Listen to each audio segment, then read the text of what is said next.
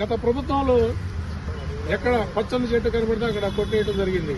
దానివల్ల పర్యావరణం కూడా ఆంధ్రప్రదేశ్లో చాలా దెబ్బతిన్నది. ఉష్ణోగ్రతలు కూడా పెరిగాయి. సైంటిస్టులు 2 కోట్ల మొక్కలు ఆంధ్రప్రదేశ్లో నాటాలని కూడా ఇటీవల తెలియపరిచిన విషయం అందరికీ తెలుసు. ప్రభుత్వంలో మొక్కలన్నీ నరికారు. మరి చంద్రబాబు నాయుడు గారు దీనిపైన ప్రత్యేకమైన దృష్టి సాధిస్తారు. మరి ఎందుకని ఈ అటవీ శాఖని ఎందుకు నిర్లక్ష్యం వహించారనేది ఆంధ్రప్రదేశ్ అటవీ శాఖ వృక్షో రక్షిత అని అన్నారు నందిగామ విభాగానికి. మరి ఇక్కడ వృక్షాలు కానీ ఇక్కడ ఉన్నటువంటి నర్సరీ కానీ ఏదైనా ఎలా ఉందో ఒకసారి చూద్దాం.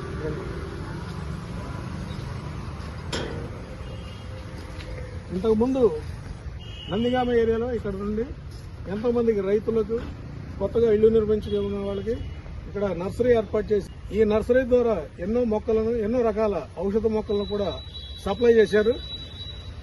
మరి ఈరోజు నిర్జీవంగా పడింది.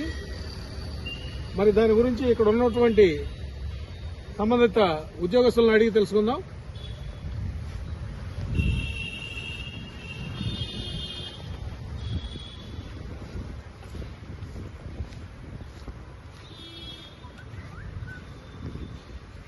ఇక్కడ మరి దీనికి సంబంధించిన ఉన్న ఉద్యోగి ఉన్నారు, ఆయన అడిగి వివరాలు తెలుసుకుందాం.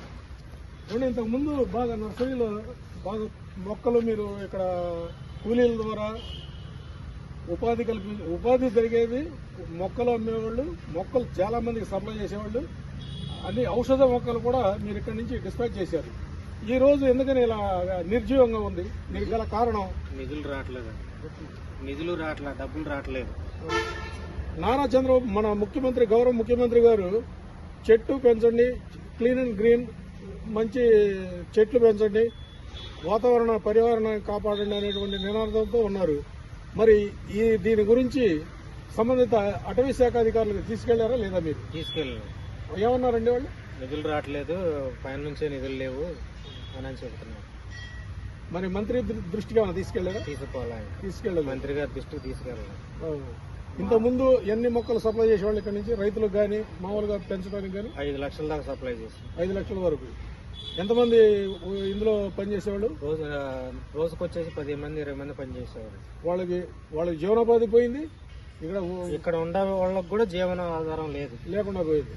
జీతాలే లేవు. మీకు జీతం వస్తుందా? మీకు జీతం కూడా లేదు. మీకు కూడా లేదు. మరి దీనికి ఇన్ఛార్జి ఎవరు లేరా? ఉన్నారు. వర్క్ లేనప్పుడు వాళ్ళు వచ్చిపోతూనే ఉంటారు. అంతే. వచ్చినా కానీ వాళ్ళు చూసేది ఏమన్నా పైన నుంచి నిధులు లేనప్పుడు మేనేజ్ చేసి అని మాట్లాడుతున్నారు.